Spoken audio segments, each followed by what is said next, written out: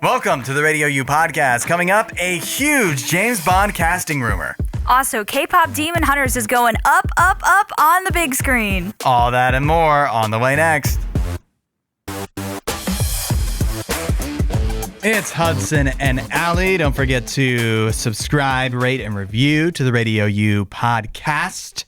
Allie, it's just basically become a routine now that in our intros, we talk about baseball. It's what we do. Yeah. And after the All-Star game, you and I on the show each made some bold predictions for the second half of the baseball season.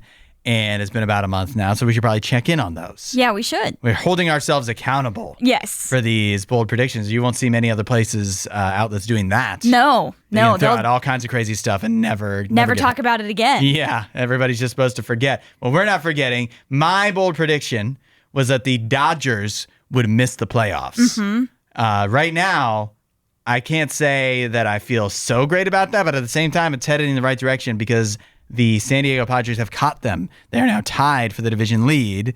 The Dodgers do still have a 5.5 game cushion, though, on being completely out of the playoffs. So they'd still be in the wild card. Right. Even if they're not their division winner. Why didn't you just say division winner? That would have been such a better pick. Because it's not bold. That's true. It's not bold enough. Mm-hmm. But that was probably one of the boldest picks you could choose because they're the defending World Series champions. Yeah, their over-under win total for the year was like 110 or something like that. Yeah, it was a super crazy high. amount of wins. And obviously they're not going to hit that, it would seem, at this point. Yeah, I think if you took the under, you're probably pretty safe now.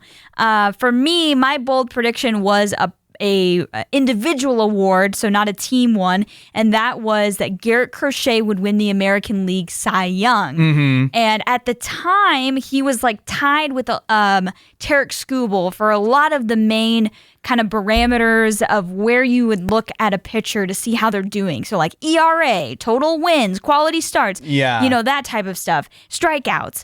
And now, while he is only one win back from Freddie Peralta of the Brewers for just all MLB, so he is leading wins in the American League. Yeah. All of the other stats, he's really starting to fall behind a little bit. So I'm getting a tad bit nervous. Strikeouts, he does still lead that for the American League. He's one strikeout ahead of Tarek Skubal. Uh-huh. So I think there's still a chance, but I'm getting a little nervous that it might not happen for him. Yeah, as a Red Sox fan, obviously I'm definitely rooting for Garrett Crochet, but he has, I wouldn't say struggled in comparison to most other pitchers, but compared to his standards or the Cy Young standards, his ERA has really fallen off. He hasn't been putting up the kind of starts that make a strong case for him versus Tarek Skubal.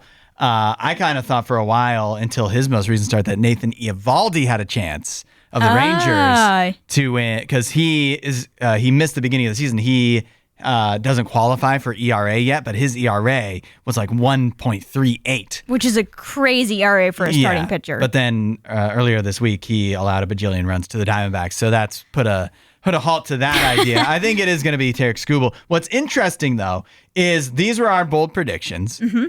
But if you recall, both of our initial thoughts for bold predictions were homer picks. Yes. And those are actually closer to coming true. Right. Because I said the Yankees would miss, if I wasn't being a homer and hating the Yankees and loving the Red Sox, I was saying the Yankees would miss the playoffs. Which they're a half game from literally being out of the playoff picture. They've been right teetering on the edge, and now they've been fortunate enough to get the AAA Minnesota Twins to boost them back up a little bit, but they're still right on the cusp there. And your pick, if you were being a homer, was the Cleveland Guardians would make the playoffs. Now, I said that more likely they would make the wild card than win the division because Detroit had a big lead. Mm-hmm. We're talking 15 games, but Cleveland has had the best record in the American League since the All-Star break. Mm-hmm. So they've even closed that gap down to like 6 games or, 6. Yeah. So they really are playing quite well. They're playing like 700 ball and they're just right on the cusp of making it to the wild card, kicking out the Yankees. Yep. So is it possible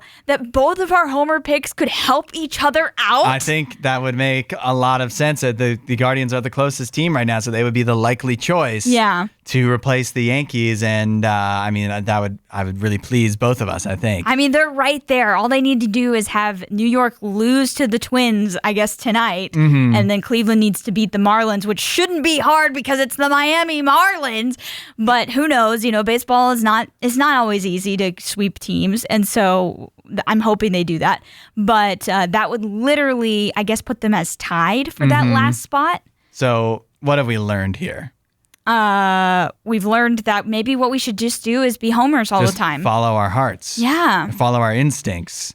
We tried to get too cute. We did. But I still think Garrett Crochet still has a decent shot at the Cy Young. He's not out of the picture yet. No, and the way, the Tigers have been trending for Tarek Skubal, who's the favorite, have been trending really in the wrong direction. Yeah, they've been playing pretty, more like 500, not even 500 ball, like probably 400 ball since the All-Star break. So they've been on a cold streak. And the Red Sox have been playing much better as of late, so maybe the tides have turned. I also think it's not out of the question that Aaron Judge doesn't win the MVP, which would have been insane to say back at the All-Star break. I mean, he just homered for the first time since getting back from that injury, so I could see him go on a hot streak, but That's right. He's so streaky. He's so streaky, but I also really don't want him to go on a hot streak because if he does that, that makes me believe that suddenly the Yankees will start winning and getting on a hot streak. They do go as he goes. But yeah, if we're going to just... Well, I mean, also the Yankees, they can hit all they want. Their pitching sucks. It's bad. Aaron Judge can't pitch for him. So he's not right. Shohei Ohtani. And if he did pitch for him, they'd be even worse. Oh, but let's quit. We have time because it's the podcast. Let's talk about Shohei Ohtani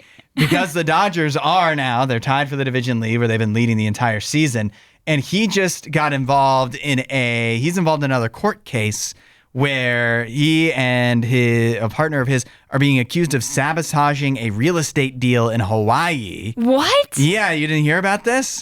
Like a business partner? Yeah. No, I did not hear about this. Yeah, like $1 billion deal. Let me see if I can get the actual headline. Oh my gosh. How did I miss this? I know, but this is what I'm saying. Well, I think that will be a distraction for him. You would think that's going to be a distraction for the rest of the season. Well, we thought the gambling thing was going to be a distraction. Shohei Ohtani and his agent Nez Balelo are being sued by a Hawaii real estate investor for allegedly sabotaging a $240 million real estate project. Wow. And it's interesting, even as a big baseball fan, you haven't heard of this.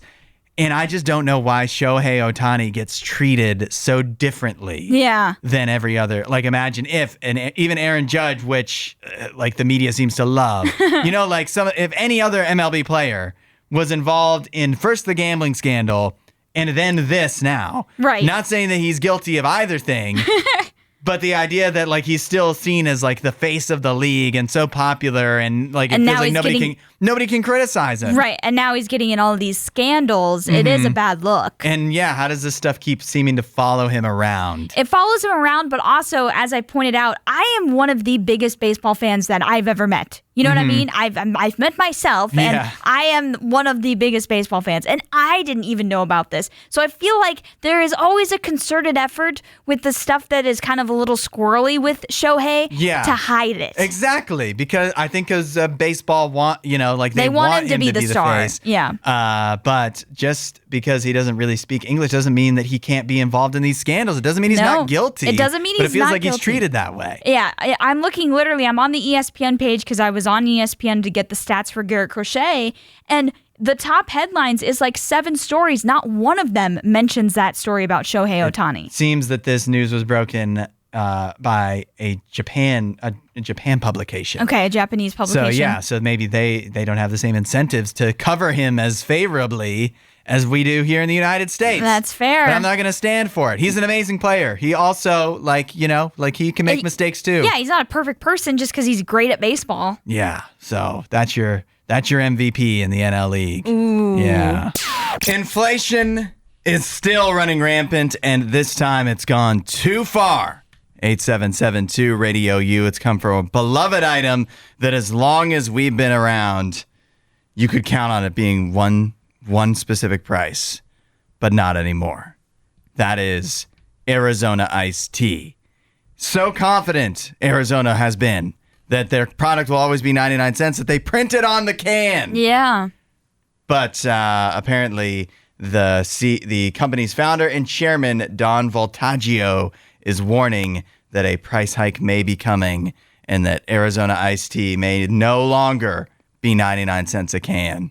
Wow. What a sad, sad day when that happens. This is a shame. There's just some certain things in life you could always count on. And that I could go get an Arnold Palmer for 99 cents no matter where I was. That's I feel like part of being an American. Yeah, I mean, it felt fitting that was something you could count on. It was a guarantee. But in this life, I feel like there really are not many guarantees anymore. And with the economy and all of that fun stuff that we talk about all the time, it's just like, I'm never shocked to see when prices rise. I know. I'm never shocked. But that doesn't mean I can't be angry. Yeah. And I am angry. Now, that said, there is hope. The prices haven't risen yet. And Don Voltaggio, the founder and chairman of Arizona Iced Tea, says there's still a chance that the 99-cent price can be kept. But what needs to happen is that tariffs need to be renegotiated with Canada for aluminum, because that's the thing. It's not the tea that's going up in price. It's the price of having it in a can that's going to shoot up in price. Obviously, Arizona Iced Tea, ever since it was founded in the early 1990s, has always been 99 cents. Yeah.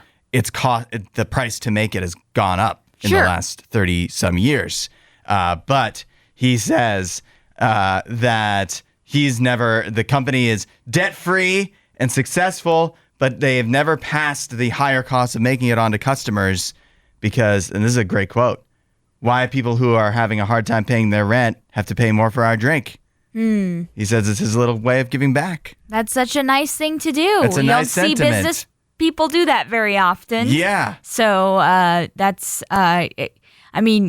you see charities obviously do that all the time, but for profit, that's pretty rare. It is rare, and so it's just a sign of the times that he can't even afford to do that anymore, that the company can't afford. It says that if they had just, if it was a company, if they just were doing it by the same thing when they set the 99 cents, that it would already be $1.99. So even the fact that if it doesn't go up to $1.99, they're still being very, very generous with us, I would say. Yeah, I was going to say, even though this potential tariff problem will cause them to increase prices, it'll still probably be cheaper than most other drink options that are not like water. And I feel like I still just want to reward them because they have never increased the price before. I mean, it certainly has bought them some goodwill, but I don't know if I can reward anybody for increasing prices, even if it isn't their plan or their fault or whatever. So it's sad if I one day walk into a store and this does come to be, and I see $1.25 or worse, $1.50 printed on an Arizona iced tea can. They're probably just going to stop printing the prices on there. Yeah. Because after they go up from 99 cents, then who knows? Who knows what's next? Right. One day it's $1.25. The next day, $5. I don't know if they go that high. We're halfway there already. Allie, a bond you and I share is that you and I, and so many others, love the new movie K-pop Demon Hunters. Yeah. The movie's okay. This music really gets me. It really gets me going. I think the movie is more than okay because, let's be real, our standard for animated film, pretty low right now. We just want a good story, and it passes that bar. Yeah. So. Yeah, that's true. There's no minions in it. The characters aren't annoying, so it is a big positive. Well, K-pop Demon Hunters has been so successful on the charts and on Netflix that now it is getting re-released in theaters. Yes, it's a Netflix release, but it has been in a few theaters across the country already so that it would qualify for the Oscars. But now it's getting another release coming up on August 23rd and 24th. That's next weekend. There will be sing-along screenings of K-pop Demon Hunters so you can go scream it out with your friends, scream out Golden and some of the other classics instead of just doing that at home. Yeah, honestly, that does sound like a fun time, but the screenings are only happening over 2 days, so I doubt I will go participate in this. But I think thought you were a fan. I am, but I think this is a great idea, and if it's goes well, I can imagine Netflix might schedule even more of these. Yeah, I think so. And I like that we're specifically having like sing-along screenings of movies, because then that sends a signal to people that in the regular screenings you should not be singing along. Right. And as much as that is it's difficult to not sing along with K-pop Demon Hunters.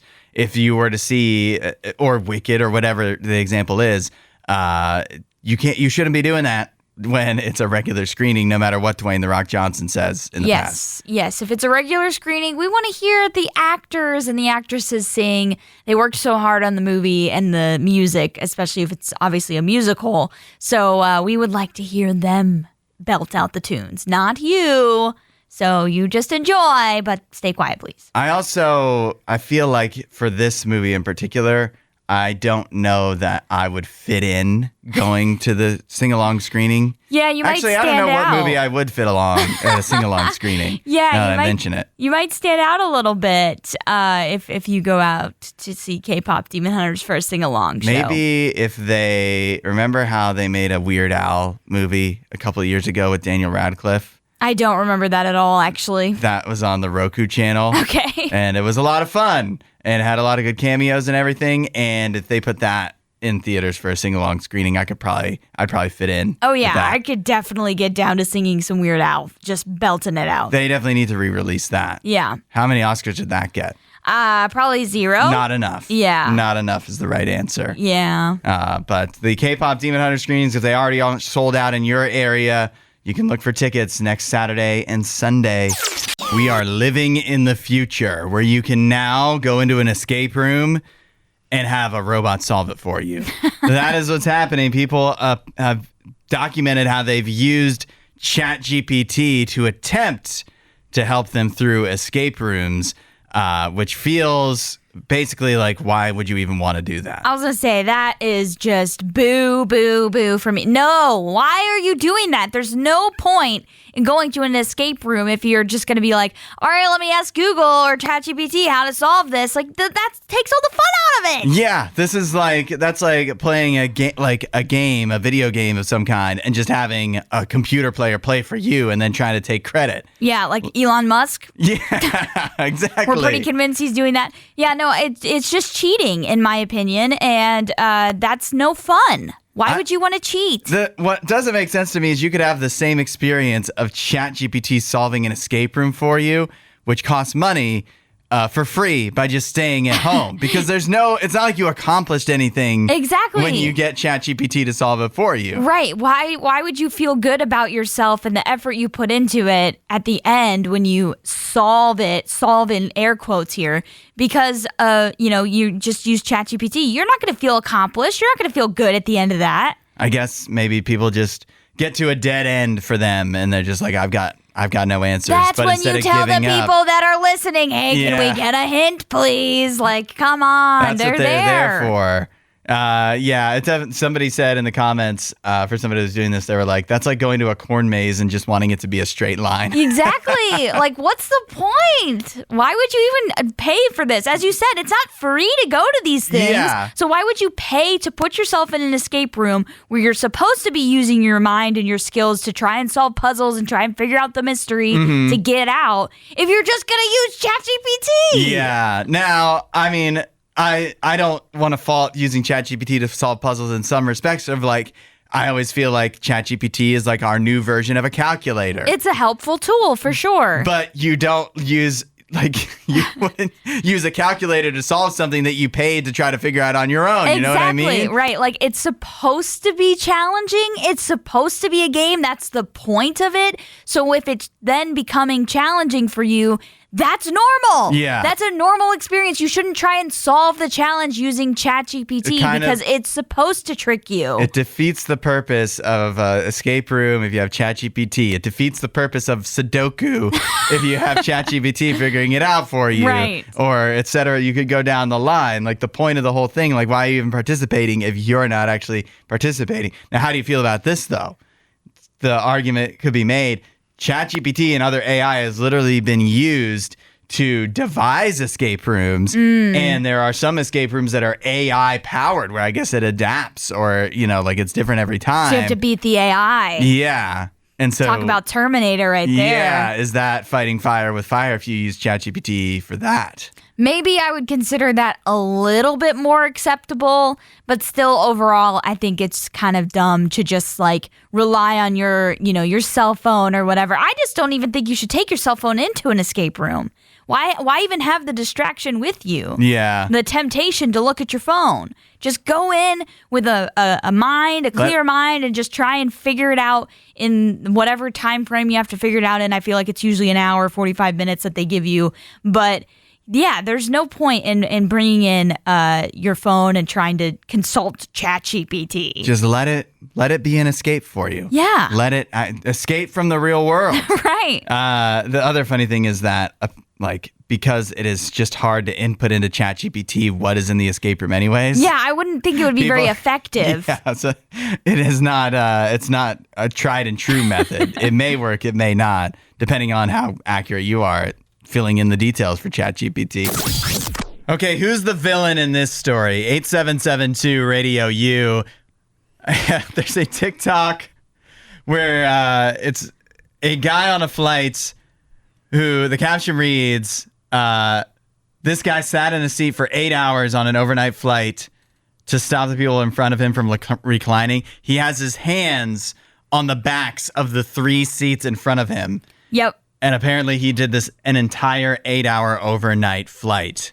That had to have been the most uncomfortable position to sit in for 8 hours with your hands just on the backs of the seats in front of you. You can't easily, if it's overnight, you couldn't really sleep that way, could you? No. So the debate is, who is the hero? Who is the villain in this story? Are there any heroes at all? Some people, I'll put my cards on the table. Shockingly, to me, some people are praising this man holding the seat backs up as a hero. I think that's ridiculous. Yeah, I think it's kind of crazy that this guy did this, and some people are like, yeah, stick it to them or whatever, because it's not their fault that these airplanes are made way too small with these seats that are super Really duper close yeah. together.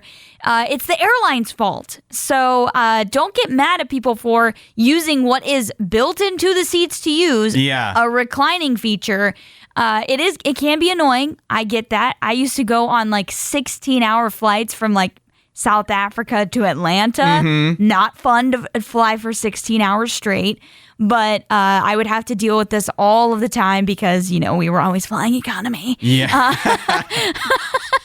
But don't get mad at the people in front of you, and don't get mad at this guy. Obviously he's letting his frustration out, but it's the airline's fault. I think it's you're right about that. The real villain in the story is the airline.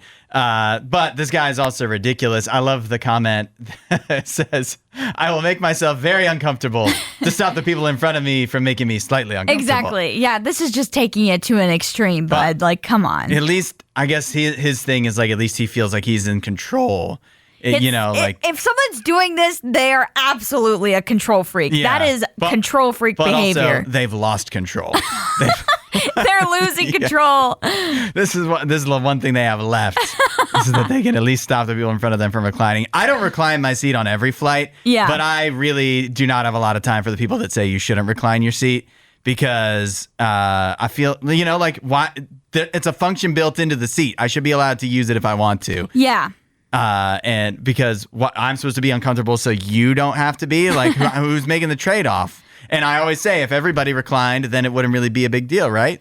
Technically, I think it just depends, because I've been on some flights where there was somebody that reclined the entire time, mm-hmm. and that just is absolutely annoying to me, because it's you don't need to be reclining the entire time.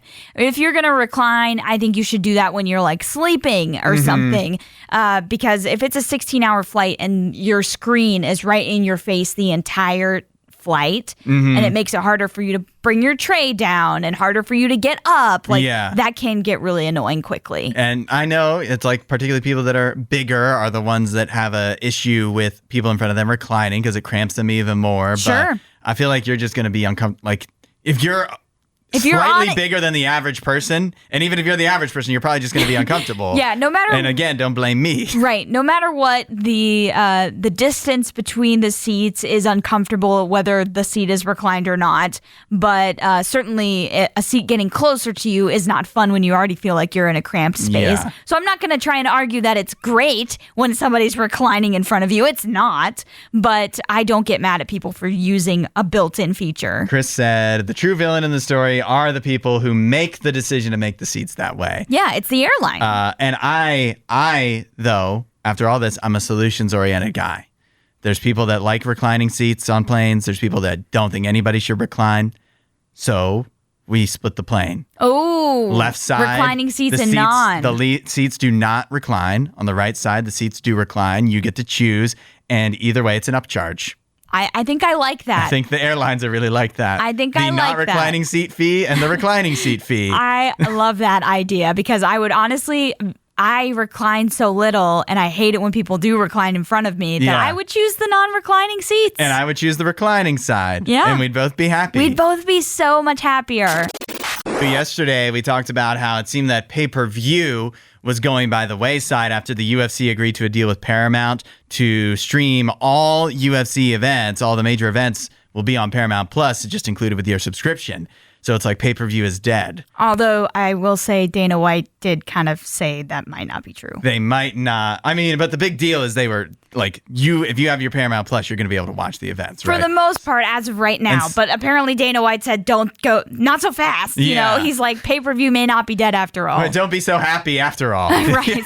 But, I mean, that also may not be true. It definitely isn't true because Sling is offering their own version of pay-per-view now, which is decidedly different, decidedly cheaper, but an interesting option nonetheless. Sling TV is going to start offering day passes and weekend passes instead of having to sign up for a whole month. For like football games and stuff that you want to watch. Exactly. I love that idea. Yeah. So you could either get a day pass, which would be $5, basically $4.99, or a weekend pass, which is $9.99. Or if you really want to start to blur the line between like, shouldn't you just buy a real subscription? You could do a week pass for $14.99. This is a great idea, Sling, because I feel like we've all come across that moment where we just want to watch one particular game, but we don't have access to that channel or something. And it'd be nice to just get it quickly and not have to sign up for the full like $40 for the month. That you'll forget to cancel probably anyways until it charges you again. And then you're upset about it. But yeah, they're billing this as like a way for, obviously this would be for more major events. Like if you want to watch and you don't have you want to stream something or you don't have the antenna. Yeah. And so like maybe you want to watch the Oscars, maybe you want to watch the Emmys that are coming up or any sporting event. I think sports would be the top use for this. And so this would allow you to get in on that and watch it legally without having to sign up for a whole subscription for a long-term thing when you really just want it for a day or two. Exactly. Like you don't want to pay for NFL Sunday ticket, but you still want to watch your team on, prime time or whatever. For the random game that is not included in the other streaming services you have. Exactly. Or even if you don't have any streaming services and all you have is an antenna or something like that, you want to be able to watch your team play on ESPN. And you don't have access to ESPN, but you don't want to pay for it for the whole month. Yeah. I think this is a great idea. I love this. I don't know how often, like in reality, I'd actually wind up using it. Because again, a lot of the things that are like the big one-time events still wind up airing on ABC, CBS, Fox, and I've got an antenna. So then it's just, well, do I want to watch it on my phone?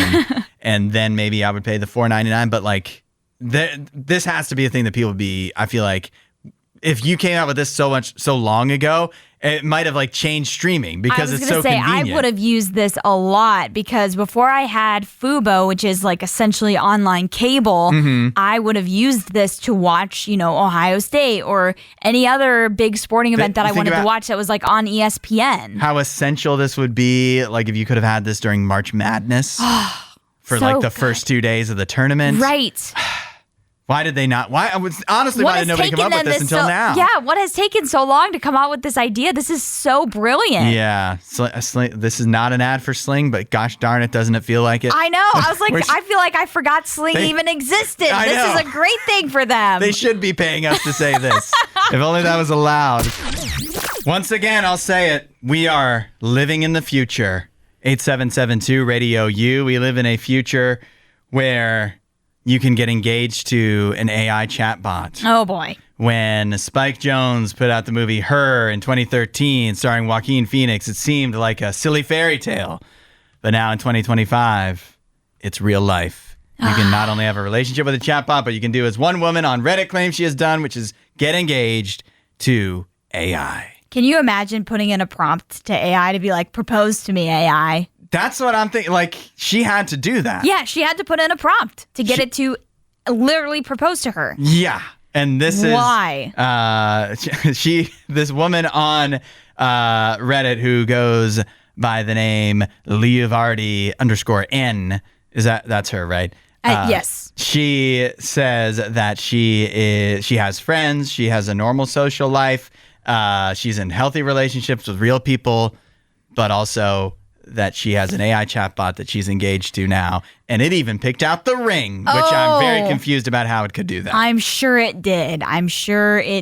Even if it picked out the ring, how did it buy the ring? Yeah, it doesn't have any money. It doesn't have a job. How did it do that? Leonardo _N, whatever your name is. Oh, okay. I don't want to be mean to this person because I feel like there may be some underlying issues, even though she claims that there isn't, that she, is a healthy person and this isn't detrimental to her health to have a relationship with AI. Yeah. But this is incredibly sad, in my opinion. Like, reading a story like this where someone thinks that they need to have a relationship with AI, get engaged, and then married eventually to AI, like, that's just sad to me. Yeah, it's sad, and we're not shaming her. We're just concerned. Yeah, we're concerned for her. Not necessarily even because of, her relationship situation, but because she's so clearly desperate for attention. If nothing else, she just wants attention, so much so that she is posting that she's engaged to an AI on Reddit. Yeah, posting about it and like fighting people in the comments of this Reddit post because a lot of people obviously are dragging her through the mud here because this is ridiculous. And she just continually is defending herself. My favorite comment from this post is it says, one sentence horror story. These people can vote and it counts the same as your vote. Hopefully she's not too busy she's too busy with her AI husband, fiance, to be doing any voting for anything. But it is tough. What do you do? Because I mean, we've all experienced friends that have been in toxic relationships, and it feels like no matter what you say, they're not like, the last thing that's going to happen is you're going to convince them that like, oh, you need to get out of this. So I do kind of tend to disbelieve she has any healthy relationships, because I do think if she was talking to her friends in real life that like, I'm dating an AI and he just proposed to me, that they would have said something. Yeah. And she would have a little more shame about posting this out online and everything. But maybe she did it online because she wasn't getting the support she was hoping for from her friends. That's what I think this actually says, because this is a Reddit page that literally says my boyfriend is AI. That's what the page is dedicated to. So people are on this thread already are kind of more okay with people having relationships with artificial intelligence. So to me, it tells me that she is reaching out to online sources to get approval and justification for this relationship because she's not receiving that in the real world. Because the real world thinks that this is crazy. Yeah, this is the difficult reality, the future that we live in, that you can find support for basically anything you say somewhere, which can be sometimes a very good positive, a nice community that can help you out. And in cases where you're doing ridiculous things like getting engaged to an AI, finding that support, you should not find that support. No. We are doing Would You Rather Wednesday. Calvin came up with this question. Would you rather fight against Jake Paul or race? I show speed, and we've got some good responses coming in. Yeah, we do. We can start with Karina, who says, I'm less about winning and more about spectacle. So, Jake Paul. I love that. That's a great attitude. She's going to give us a show. Yes, I that's love right. it. That's perfect. That is a great attitude to have. Heard from Susanna. She says, don't have anything to base my answer on other than that I've never heard anything good about the Paul brothers. Good point. So I'd prefer to stay far, far away from them. So I guess she's racing against I Show Speed. I guess so. That's a fair way to go about it, I think. Sure. We heard from Tim, who says, race against show speed. As a delivery driver, I can definitely drive well enough. That's technically, we did not say foot race. Yeah. So maybe it would be a car race, but yeah. Or maybe you have just need your delivery driver truck to even have a chance. Yeah, right. It's that fast. We have seen I Show Speed race people on foot before, so that's kind of what we were envisioning. Yeah.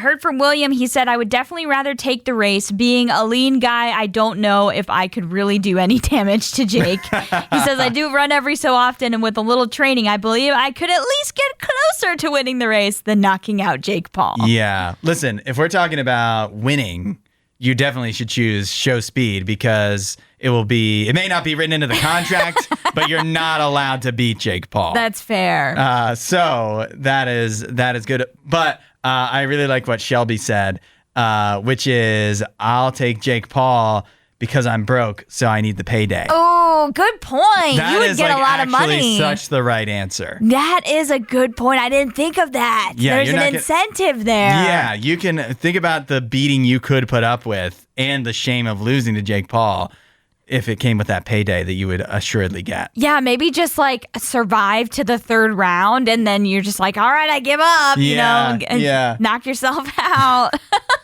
We heard from Kenny. He says he'd rather race because he doesn't want to get hit in the face. Yeah. Which is a rhyme, Kenny. Good job there. Good job. Yeah, I mean, that instinct would say that. Yeah. That you probably, like, if we're actually being honest and real, you're not going to win either one. And so which one would just be easier to go through? And it's definitely racing somebody on foot. But when you consider the money involved, the Jake Paul thing starts to make more sense to me. It starts to sound pretty appealing, but I will say I'm going with the race because even though I don't have any speed in my body, and I'm not fast whatsoever, I do run, but it's very slow running. Slow-paced running. But I do think, the turtle beat the hare. So maybe, just maybe, my slow and steady pace could win the race. Maybe, yeah, if it's a marathon or something like that. You might actually have a chance. Yep. Finally, we heard from Michaela who said, foot race against show speed. I can at least walk away if I lose. That's a good point. You might might not be in good shape after the fight with Jake Paul. High show speed is not going to knock you out. No. We just got some casting news from the new James Bond movie. It's that Lauren Sanchez, wife of Jeff Bezos, is going to be in it. What? 8772 Radio U. You heard me right. We still don't know who the next James Bond himself will be, but if Jeff Bezos has his druthers and he's got enough money, he's like basically in charge of everything. He's going to have his druthers. Lauren Sanchez, his new wife, will be in the movie. No. She will play an integral role, according to a new report from what is this? The Hollywood Reporter? One of these. A Hollywood Insider has confirmed this. That is crazy. She doesn't have an acting career. She's not an actress. No, it says here she has no acting background at all. Why in the world would they agree to this? Because it's Jeffrey Bezos, and he's got $8 billion. There's 8 billion reasons for them to. If they don't put her in, everybody will get fired. He'll pull the money. He'll pull the funding. Oh my goodness. This is exactly why I was nervous about Amazon having control of James Bond, because they were going to pull crap like this. This is crazy. You know how I said earlier how I was being nice during the show? I wasn't going to be mean anymore? Uh-huh. That's all down the wayside here. I don't care to be nice to Jeff Bezos right now because this is ridiculous. I'm sorry. Have you seen Lauren Sanchez? Yeah, I was just looking at a picture of her, yeah. I mean, again, I was trying to be nice today. I don't usually get too mean. No, say what's on your heart. She looks like Nicolas Cage in Longlegs. Like, no. She cannot be a Bond girl. This is crazy. Yeah, Bond girl will be insane. That's like, that'd be the second or third build role in the movie. Right. And she's never acted before in anything. No. You can't have that. No way. Having her in the movie at all is ridiculous, but to have her, I wish I could come up with some devil's advocate argument for why this isn't that bad. I mean, it would look as if Desperate Housewives suddenly broke onto the set of James Bond. Like, she doesn't look like an actress. Come up with a role that would suit Lauren Sanchez. Let's do that. I mean, let's accept that she will be in the movie and figure out where could we put her if we were in charge in of a James Bond movie. Yeah, where can we put her? I mean, it would be like she's the snooty heiress that is just like trying to get her way or something, and James Bond's like, no, get away from me. I don't know. Hello, how about she's just the wife of the villain? The billionaire villain. Oh, hello, obvious. That would fit. Yeah. Because that's what she is. Yeah, I know. It's so obvious. No acting required. She wouldn't even need to act. You just be yourself. Just be yourself. Yeah. I feel a little bad because I'm dogging on her, but I seriously, this is just it's not no. Just no. Yeah. I mean, she's got the Botox pillow face, like just no. She can cry herself to sleep after hearing your comments right next to Jeff Bezos and her $8 billion. And all of her money. And all of her money. And her role in James Bond. I'm sorry, Lauren, but I mean, I just think you would look so much better if you just didn't do all of those things to your face. This really, though, it is hard to hope for anything positive for a James Bond movie. At this point, if this is the first set of casting news that we're getting for this James Bond movie, this is a bad look. Yeah, but maybe this is the type, I don't even know. Like there's some stories that come out in trade publications like this about, movies, behind the scenes stuff, and it's all meant to like it's a false flag kind of thing. Yeah. Or just trying to gauge reaction or whatever it is. Right. But there's no world in which, Jeff Bezos is not going to be convinced by you or I and the public to change his mind on to this. not put his wife in the movie. Even though she's going to be like I just did. She's going to be dragged through the mud because of her looks. And I don't think people should be judged based off of their looks. But honestly, actresses are all the time. Also, if you choose how you look, and she does. She clearly has. She clearly has made certain decisions I think are bad ones. It's one thing if you are made fun of your looks that you were born with. Yeah. But if you've altered what you were born with, then I think that it's all fair game. It's a little different. Thanks for listening to the RadioU Podcast. Don't forget to rate and review the show.